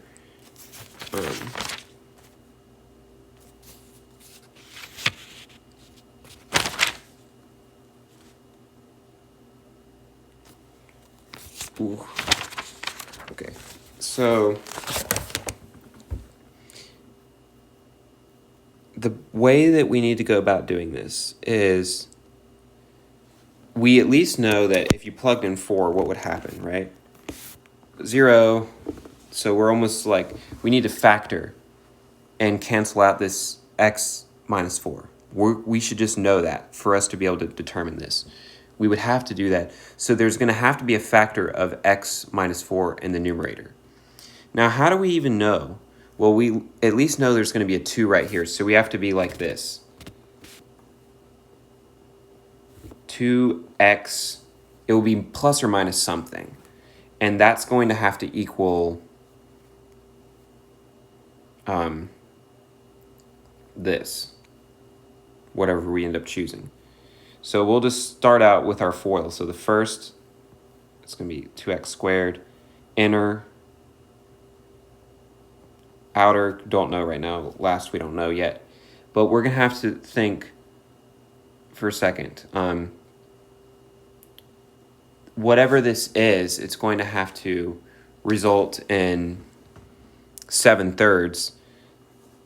And so that's why this is really a really hard problem. And there might be an easier way to solve it than what I'm doing technically, but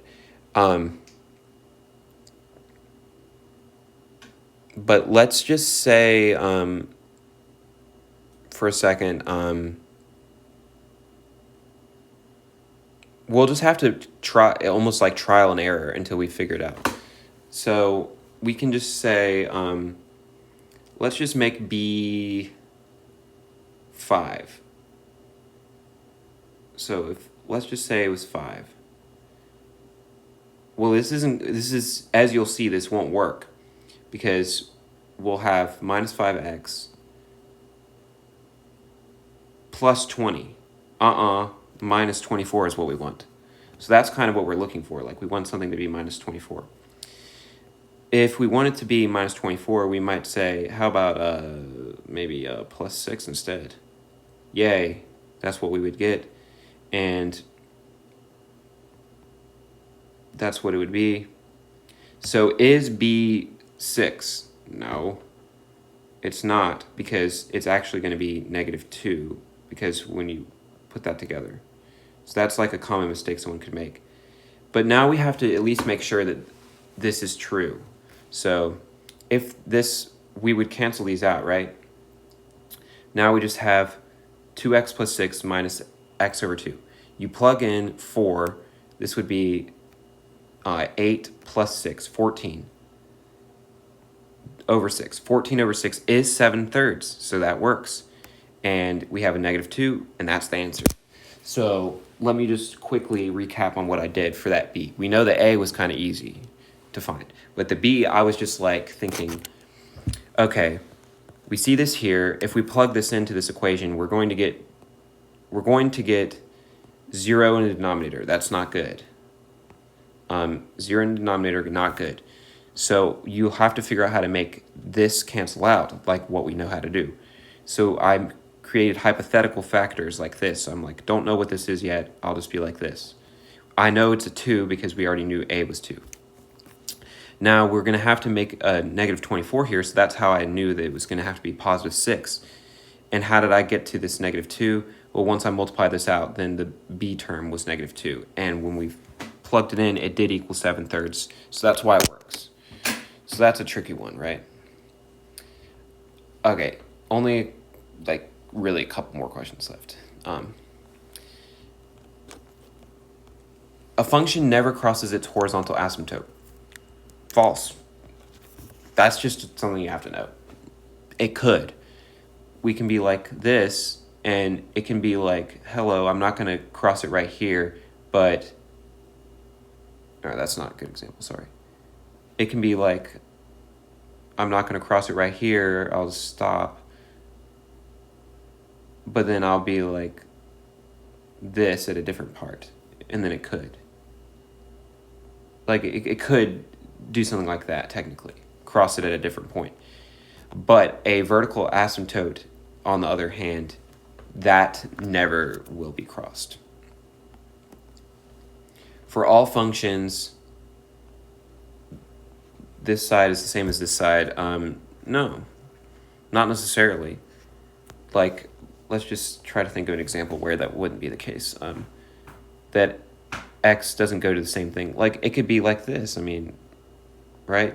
As x approaches positive infinity, it's not the same as where it approaches negative infinity. So false. Determine the horizontal asymptotes. Oh, and the vertical asymptotes. All right, this is a really good question right here. Okay, let's start out with the first one. X equals 0. Well, that looks to me like a horizontal asymptote. Nothing goes there. So yes. Sorry, vertical asymptote. Vertical asymptote. X equals 3. Yep, nothing ever crosses right there. Even though there's a point there, keep that in mind. Even though there's a point there, still nothing crosses it, you know. And you can't cross a vertical asymptote. X equals negative 2. No, that's not a vertical asymptote right there. Now, actually, the way that I like to think about it, here's actually an easier way. If you see arrows like this, there's an asymptote. So anywhere where I see an arrow, there's an asymptote. There's no arrow right here, so it's not this one. Y equals negative 2.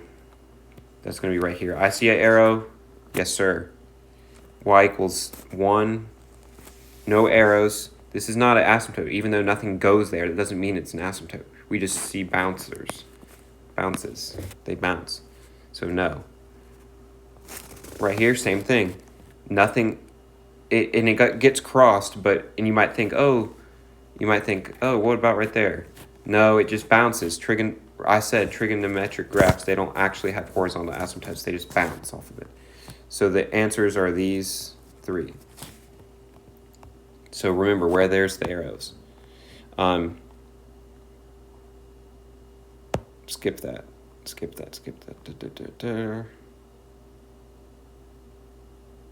Okay, that's it. That's it for this video. Whoa.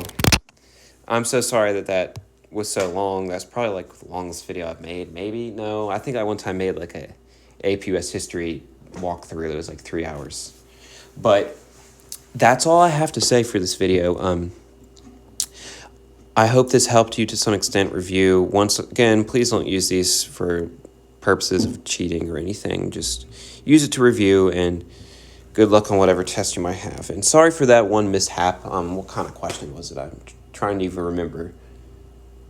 Whatever I was talking about with the letter U thing, like, I'm sorry that I messed that up. If I figure out what I was doing wrong there, I'll make a video on it.